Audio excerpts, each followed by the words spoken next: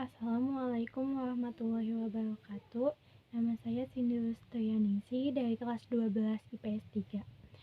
Dari organisasi regional, saya memilih AFTA.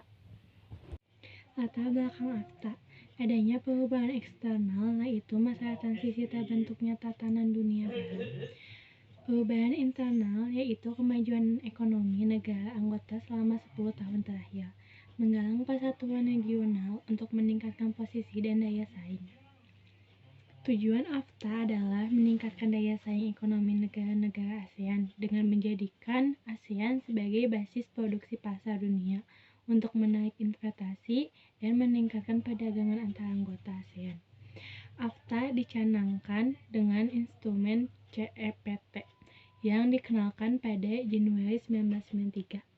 Pada awalnya, AFTA hanya terdiri dari 6 negara anggota ASEAN, yaitu Brunei Darussalam, Indonesia, Malaysia, Filipina, Singapura, dan Thailand. Seiring berjalannya waktu, negara lain seperti Vietnam, Laos, Myanmar, serta Kamboja ikut bergabung dalam perjanjian ini.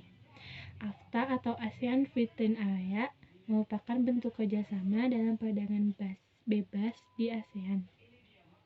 Jadi tidak ada kantor pusat. ASEAN Free Trade Area atau AFTA merupakan bentuk kerjasama perdagangan di wilayah negara-negara ASEAN yang mempunyai tujuan untuk meningkatkan volume perdagangan di antara negara anggota melalui penurunan tarif beberapa komoditas tertentu, termasuk di dalamnya beberapa komoditas pertanian dengan tarif mendekati 0-5.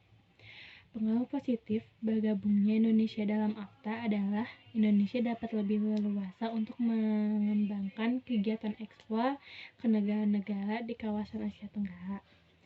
Selain memberikan pengaruh positif, AFTA juga memberikan pengaruh negatif bagi perekonomian Indonesia. Dari organisasi internal, saya memilih ASEAN. ASEAN terbentuk di latar belakangi karena adanya beberapa persamaan yang dimiliki antara negara anggotanya. Persamaan tersebut mulai dari persamaan letak wilayah atau geografis, persamaan budaya, persamaan nasib, hingga persamaan kepentingan.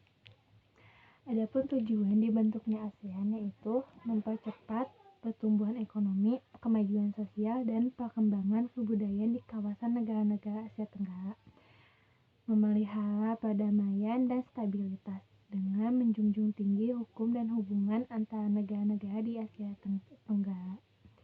Jumlah anggota ASEAN adalah 10 negara, yaitu Brunei Darussalam, Kamboja, Indonesia, Filipina, Malaysia, Singapura, Laos, Myanmar, Thailand, dan Vietnam. Organisasi ASEAN dikepalai oleh seorang sekretaris jenderal. Lokasi ASEAN di Jakarta. Bentuk kerjasama negara ASEAN yaitu yang pertama, bentuk kerjasama di bidang politik ASEAN Defense Minister Meeting. Yang kedua, pengiriman duta dari konsulat. Yang ketiga, perjanjian ekstradisi ASEAN.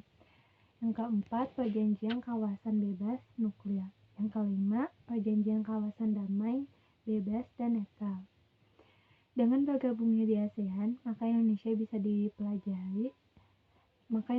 bisa belajar dalam hal pembangunan negara. Dalam pembangunan, maka Indonesia bisa mendapatkan keringanan baik itu dari segi materi, teknologi, maupun tenaga ahli. Hubungan persahabatan antara negara menjadi lebih erat apabila telah bergabung dengan ASEAN.